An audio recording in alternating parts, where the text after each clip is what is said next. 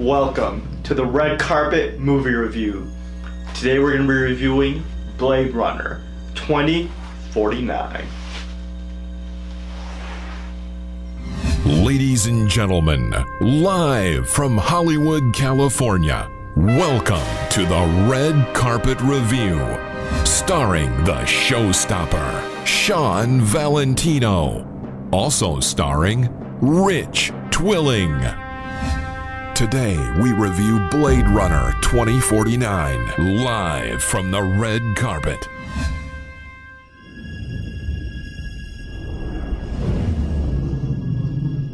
Hey everybody, this is Shawn Valentino, your host on the Red Carpet Movie Review, and today we're going to review Blade Runner 2049.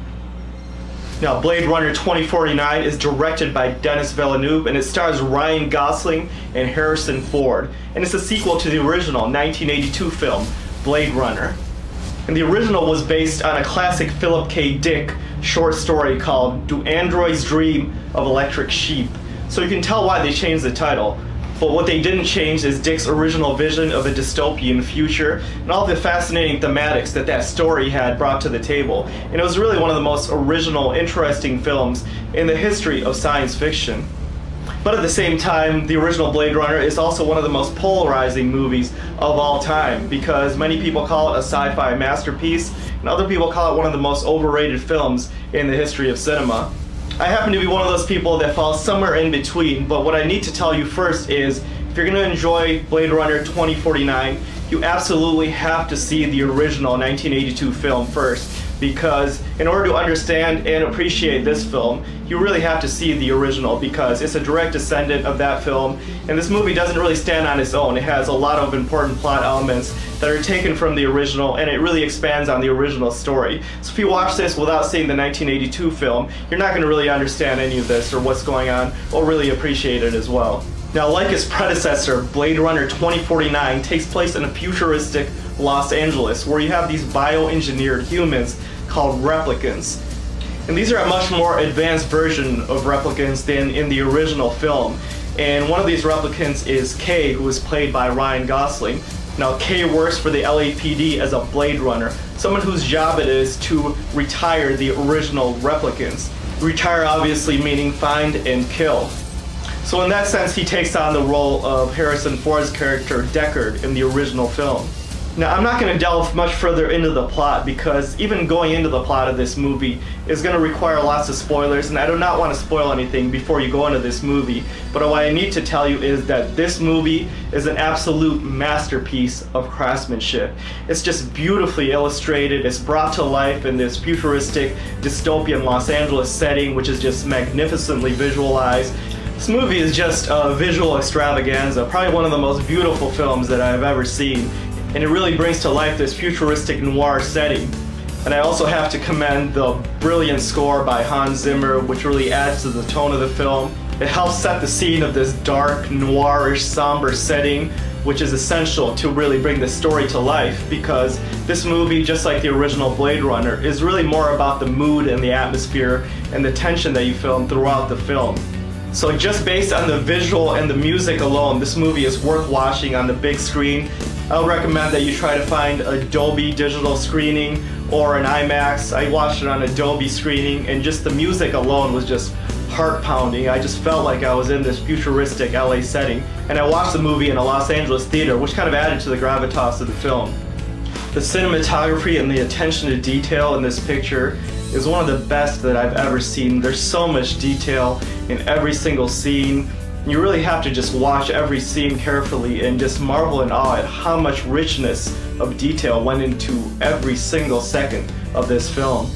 But what I also wanted to tell you guys is, not only do you have to watch the original Blade Runner to understand and appreciate this, you also have to really like the 1982 movie to enjoy this one.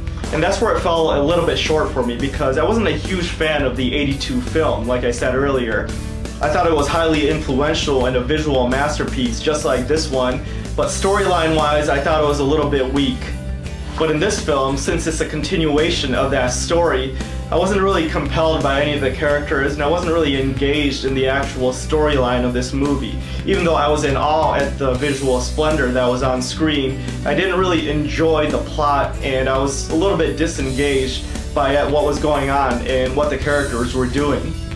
That being said, I thought the acting overall was excellent. I thought Ryan Gosling did a really good job of playing this futuristic noir hero, just like Harrison Ford did in the original. I also thought that Ford was very good as well in recreating his part of Deckard. And I thought that they did a very good job of capturing the essence of a noir hero, which is always a little bit of a flawed character. They always have a lot of weight on their backs. They're very somber in tone. And I thought both of these actors did a very good job in capturing this noir element in a sci-fi setting, which isn't very easy to do. But if you really want to see an example of an excellent sci-fi noir film, I think you really need to watch Minority Report, because I thought it was a much more engaging story than this, and I thought it was a lot more fun to watch because I found this plotting to be a little bit slow, just like the 1982 movie, and I also found that the characters were a little bit underdeveloped, which is obviously kind of by design, but at the same time I think that when you have such a visual masterpiece, it's a lot more poignant and it's a lot more meaningful when there's characters that you really care about. And I also thought that some of the side performances were very good. You have a great cast here, including Robin Wright, Dave Bautista, as well as Jared Leto, and all of them are very good in their roles. I also want to give a special note to Ana de Armas. I've never seen her in a movie before, but I thought she was just luminous here. She had a very beautiful screen presence, and anytime she was on screen, I was really paying attention. And I thought that she had a wonderful chemistry with Ryan Gosling in this movie.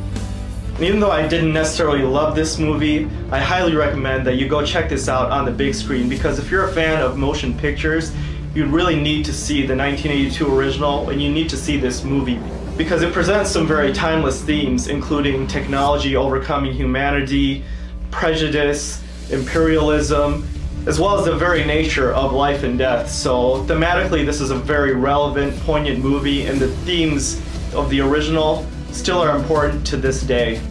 And we here at the Red Carpet Movie Review like to rate our movies on a 5-star scale, and I'm going to give Blade Runner 2049 3.5 stars on the 5-star scale.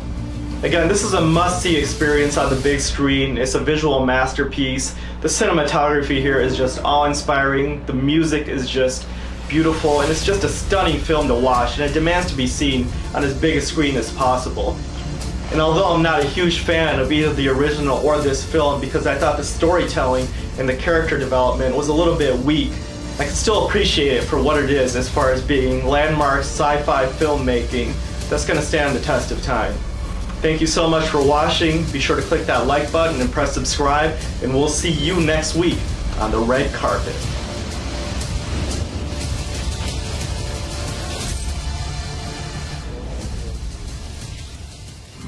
Thank you for watching the Red Carpet Review. Proceed to click that like button and press subscribe for weekly movie reviews past and present. We'll see you soon on the red carpet.